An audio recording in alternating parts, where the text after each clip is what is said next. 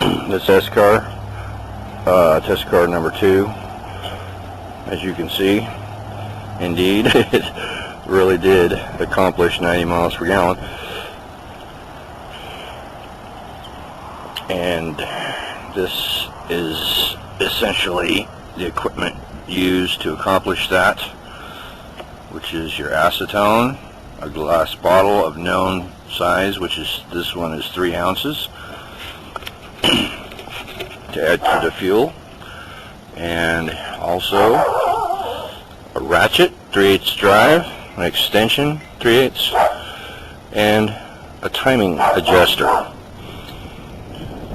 And on the timing adjustment, let me show you.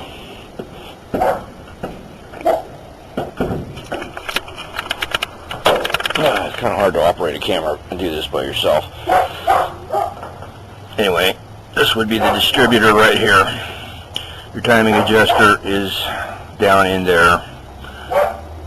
You use your timing adjuster to loosen the bolt, then you turn the distributor clockwise just slightly with the engine running, and as you will hear the engine begin to speed up. Now, you don't want to go too far. When it has speeded up a little bit, you just want to turn it a few degrees, not a lot. And the way that you'll know if you've gone too far is it'll either start running bad, in which case back it off a little. And if you've speeded it up a little and it's still running good, and then tighten down the bolt, shut off the engine, and restart it. If it starts hard, if the starter struggles, you've got too much advance.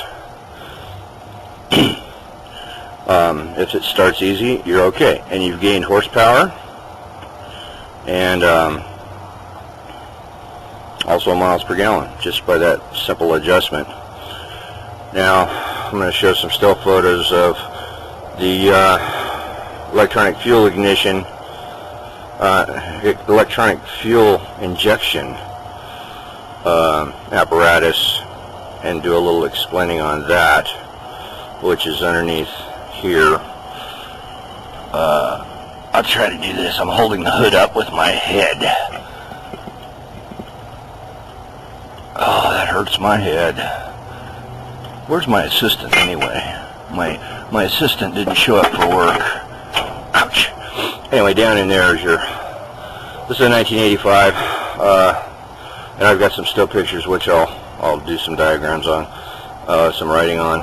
But anyway, this is another adjustment that I can make on this particular car, which is to increase the fuel injection pressure.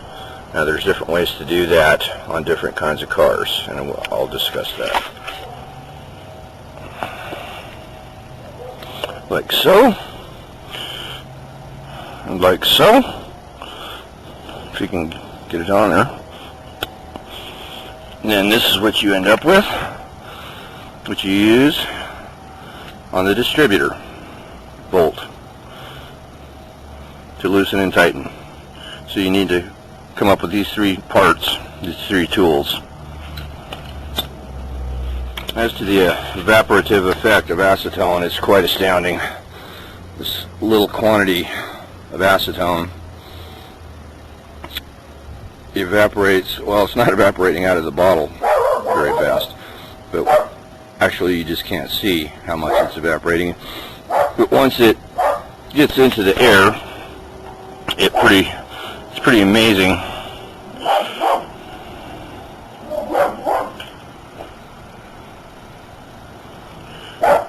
Watch this, how quickly it's gone. Going, going, gone.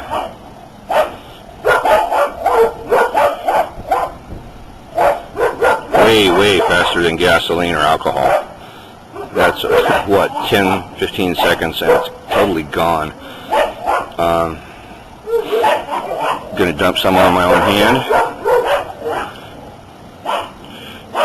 Watch this. See my hand turn white as it evaporates? It takes the water right out of it. It's gone. It's gone already. And there's a third way, a fourth way, a third way of increasing miles per gallon. In addition to your timing and increasing your injection pressure and adding acetone. If you don't want to mess with acetone, and I'll explain why in a little bit, sometimes you do not want to use acetone. Almost all new vehicles have a cold air intake. I have this one disconnected right now. This is the piece that connects it to this right there. In there, I have this disconnected. Anyway, this channels down to beneath the car. A good old big block of ice set down underneath the car. If you have a spot that you can set it in right in front of that intake, that air intake, or you may have to do a little modification to get a block of ice in there. A nice big block will last you several hours, even in the heat of the summer. That also is a way to increase miles per gallon, which I'll get into. So basically what we have some different things. We have advancing the timing, increasing fuel pressure. On a carburetor, that's done by increasing the size of the primary jets. Now this is fuel injection, so most everything's fuel injection these days. Once you have increased your injection pressure, which literally increases your mixture ratio of air to fuel, so you're getting more fuel, then you add acetone. But I'll tell you when it's appropriate and when it's not. You add the acetone up to an ounce to an ounce and a quarter per gallon. And in situations where you can't use acetone, which is widespread across the United States right now because of our shitty gas, excuse my language, then you want to use the ice. You can still enrich your mixture, but instead of acetone you use the ice. And of course the advanced timing, just in itself can make a major difference. Test car number 1, the black car, was rated factory at 28 miles per gallon highway. Just by advancing the timing on that little guy, it went up to 37, and that was with a carburetor. And when I added acetone, it went up to 45 miles per gallon highway, which isn't that big of an increase, but that's because I didn't change the jets. Now if you change the jets to a bigger jet, it'll go up even more. This car is a 1985 Thunderbird, Ford Thunderbird. It's rated at 22 miles per gallon highway, which is just about what it gets normally. But at 1 ounce per gallon, 1 ounce of acetone per gallon, the way I've got it set up, this puppy will get about 48 highway. At 1.25 ounces per gallon, it shoots up around 90 miles per gallon highway. So there you have the basic essentials. Now on newer cars, adjustments to different things must be done by computer reprogramming, and you can get computer chips and computer programming software that you can use with a laptop from places such as jetchip.com on the internet. You can just search for performance chips, but one place I know of is jetchip.com. You can literally increase your fuel input with reprogramming the computer on the newer cars. As well, you can advance the timing. So let me get into the explanation of how this technology actually works. There's a couple of tricks here. One is the timing change, and the other is the intake change, the air intake and the fuel intake change. On the timing change, this by itself can give more miles per gallon and more horsepower if you advance the timing. I've seen that on the black car, the 2.2 Turismo that's on the screen now. They will run dirtier because it is similar to increasing compression. But what we're really interested in is the other technology, which is the intake change.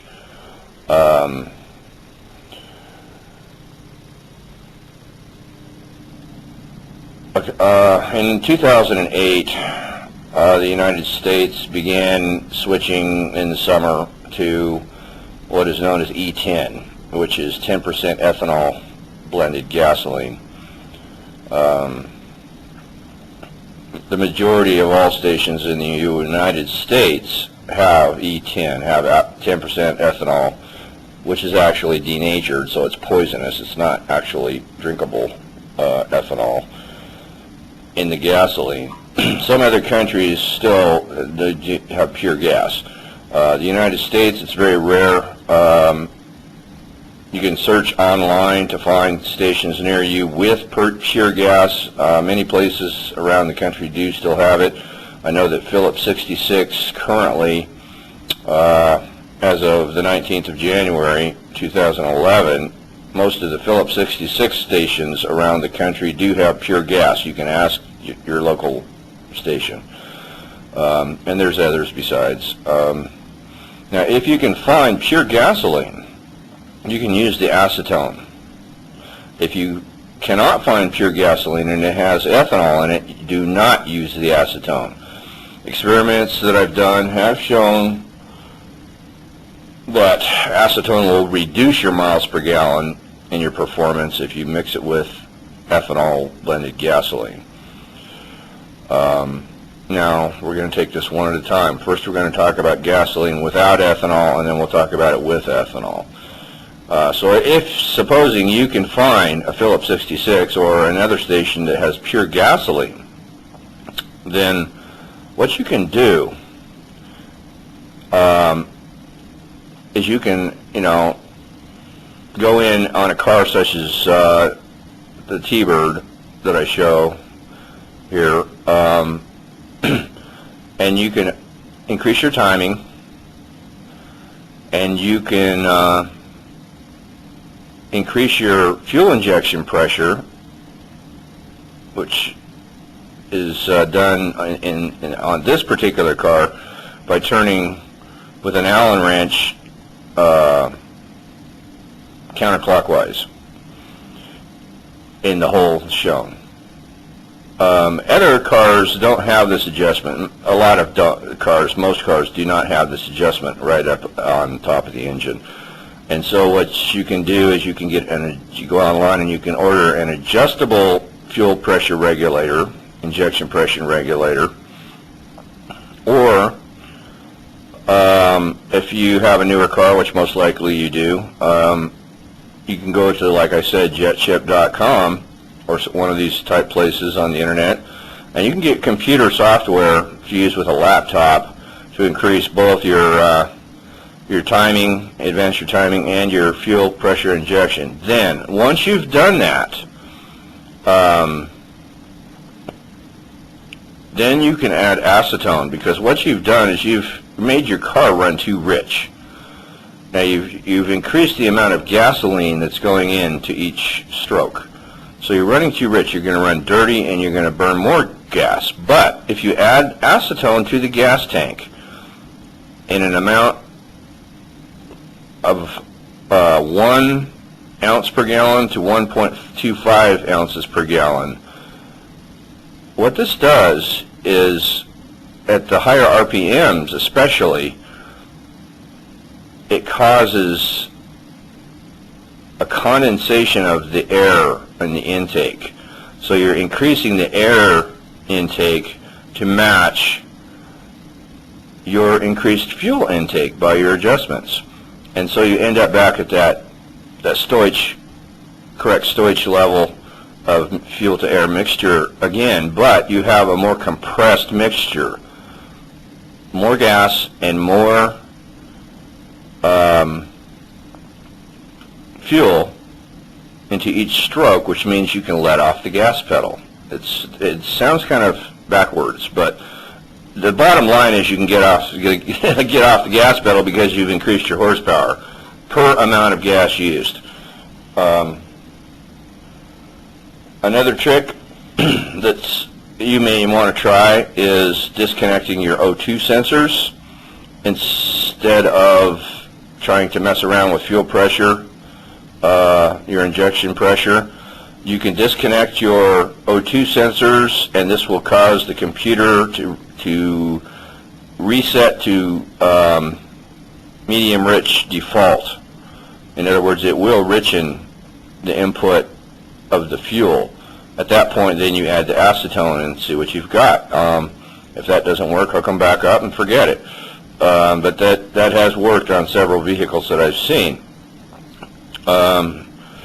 So basically, what we're doing here, I showed you how fast acetone evaporates. When it evaporates fast like that's very cold on your hand, if you've ever put it on your hand, like what I showed in the earlier part.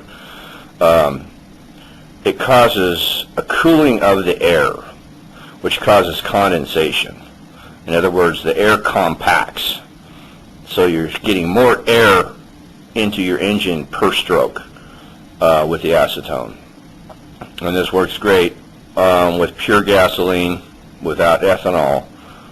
So any way that you can richen your input of gas and then add acetone, you're going to get more highway miles per gallon. And the amazing thing about acetone isn't just the miles per gallon on the highway. It cleans your engine. The T-Bird, I've ran it for 20,000 miles now with acetone. When I first bought the car, it burned oil. It no longer burns oil. After about the first, 3,000 miles running acetone mixture, it stopped burning oil. Right now I've got, I think, 1,500 miles on my oil change, and it's still full, completely full. And this is a car with 145,000 miles on it, and 1985 car. So it will clean your engine, and your engine will last longer. So even if you don't get any mileage benefits from acetone, it's still beneficial to add a little bit, even if you haven't modified your car at all. If you haven't modified your car at all, just add, say, 3 ounces per 10 gallons, which is 1/3 of an ounce per gallon. And that small amount won't do much of anything for your miles per gallon, but it will clean your engine so dramatically that it will probably last twice as long.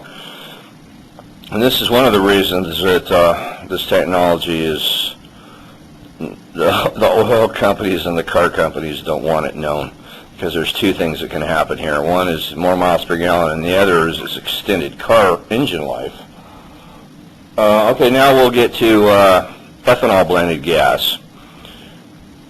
If you cannot find pure gas and only ethanol blended gas, do not add acetone, because it will counteract the ethanol and give worse miles per gallon.